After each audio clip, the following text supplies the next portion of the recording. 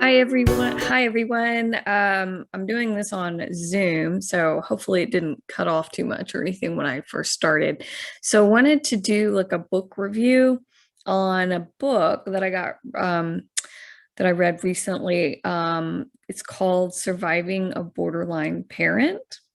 And I'm gonna put the picture up in just a minute, and you can see the book cover and the authors.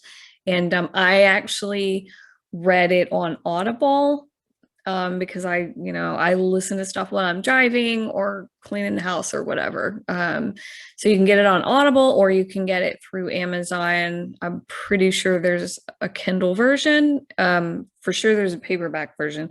So my thoughts on the book is that if you are not sure if you had a parent that may have had borderline, they don't have to have been diagnosed.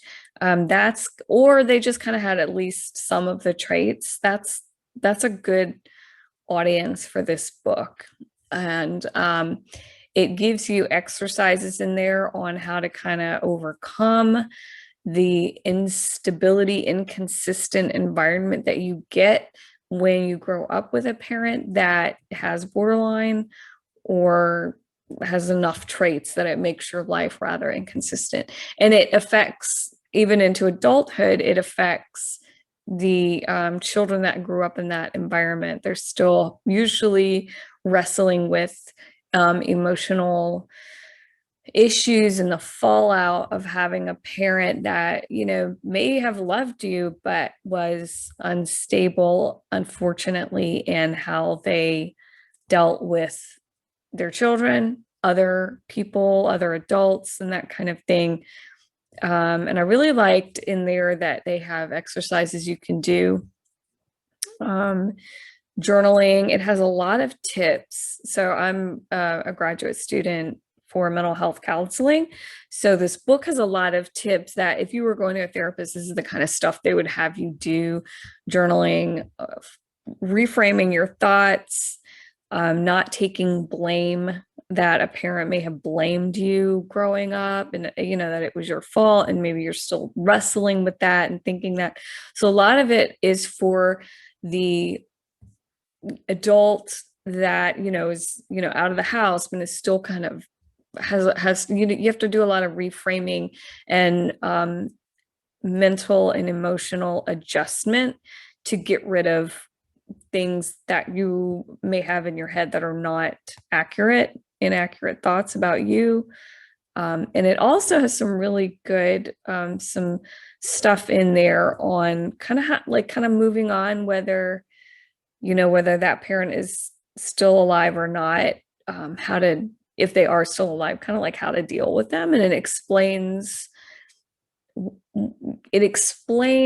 kind of what BPD looks like, borderline personality disorder, what it looks like, kind of how it's formed, why did they become that way.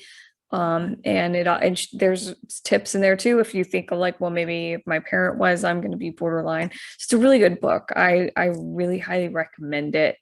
And so I'm going to share my screen here, and I'm going to go. So I just found this website right before I was looking up the book, and I was going to try and get a picture of the cover, and then come to find out there's a whole website, survivingaborderlineparent.com. So this is cool. There's, they got some resources in here. There's an excerpt of the book, but this is the cover of the book. It's written by Kimberlee, Roth, and Friedman. There it is. There's the cover. And so definitely, if you're thinking about it, you're not sure if you want the book, go to this website. It's got some information.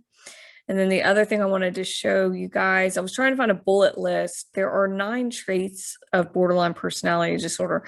In order to be diagnosed, to actually meet the criteria for diagnosis, according to the DSM, you have to have a minimum of 5. So I couldn't find a bullet list, so I'm just going to go ahead and go through. One is fear of abandonment, history of unstable relationships, unclear or shifting self-image, kind of like, why am I here? Who am I? I don't even know why I exist. Those kinds of thoughts. Impulsive or self-destructive behaviors. This one's giving some good examples. The first thing that comes to mind for me is just kind of like crazy driving, like aggressive driving is one. Risky sex, overdoing it with drugs and alcohol. Self-harm, cutting is one thing, but that not everyone that has BPD cuts.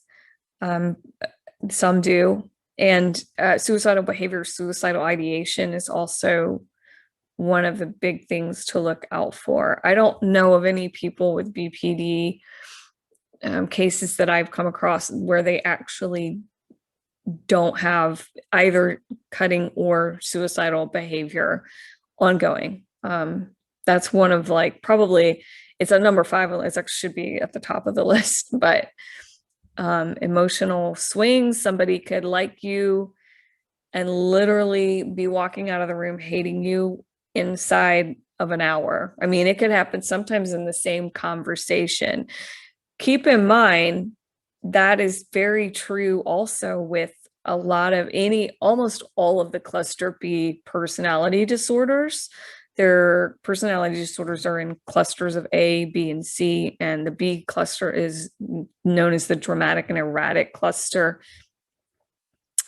So BPD is kind of its own little set, but just to clarify,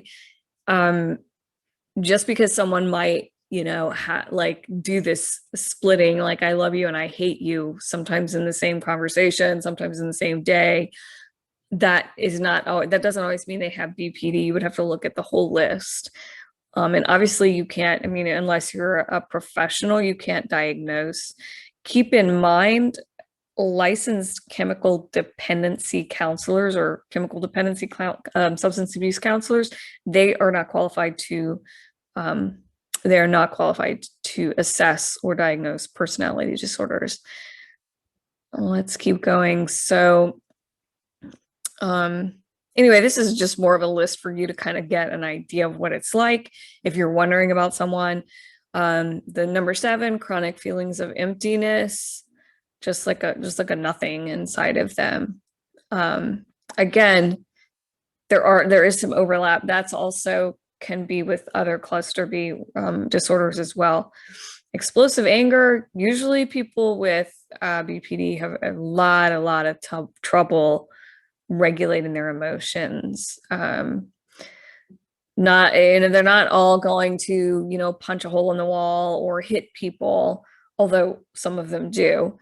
But, raging, screaming, throwing things, that kind of thing.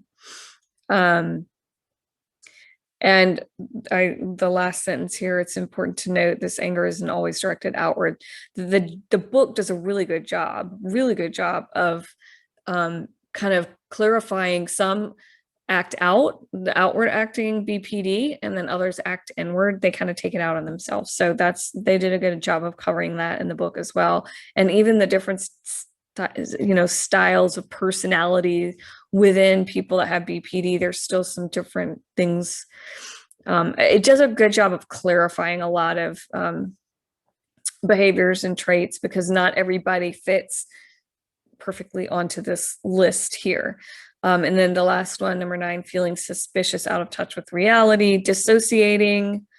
It's kind of like when you just kind of like feel like you're outside of your body. But also just being suspicious of other people. I'm going to stop sharing my screen. Those are the 2 things I wanted to show. But yeah, just kind of, someone gives you a look the wrong way or whatever, you become suspicious, like, oh, they hate me, but keep in mind, personality disorder has to be pervasive. The other thing that the book touches on and they make clear is that everybody has some sort of trait of this and that. even in, personality disorders, we all can demonstrate these traits here and there, different levels. But in order to get to really be diagnosable, it has to be pervasive. And that's the main, it's not just here and there every now and then. That would not be qualify as personality disorder. So I liked the book. I recommend it. If you feel like you have a parent that was that way, I don't know if you're just trying to learn about borderline personality disorder in general, that's probably not the best book for you. It's more of a kind of like self-help and learn how to heal from that. If you grew up with that, there are probably, I can't honestly, off the top of my head, I can't recommend another book if you just want to learn about the disorder. But I know I wouldn't really recommend this book for that. So anyway, if you have any experience with BPD, if you have BPD yourself, if you're diagnosed, first of all, I hope you're getting therapy. There's some really, really great therapy for that. Dialectical behavior therapy is really good for that and other things. And so I hope, if you do have BPD and you're looking at this, I hope you're getting some healing, getting some therapy. It's definitely possible. You do not have to be stuck with that your whole life. It's just a matter of kind of relearning. Probably things that happen early in childhood, you have to kind of relearn. Just how to be, how to regulate and thought frame of mind, that kind of thing. If you fit the target audience of the book and you feel like you have a parent that was that way, feel free to comment below or ask questions if you have questions for me. And also I'm a life coach too. So I do coaching around lots of different things. I don't necessarily do career coaching, although if you're you want to set up some goals, I do that. But I tend to do coaching around if you have difficult people in your life, if you're kind of stuck and you need to move forward, if you feel like you've got some PTSD, things like that, I can give you some coaching on tools and techniques to help you, resources and that kind of thing. Feel free to leave me a comment, or you can contact me on my Facebook page. If you go to Facebook/life coach Leslie and just send me a message through there. I think it's actually send an email button. Anyway, and so we can set up an initial consultation. So would love it if you comment or like the video and subscribe if you haven't already subscribed. And then if you do want to be notified when I put up new videos, go ahead and tap the bell for the notifications. And have a great day. And thanks for watching.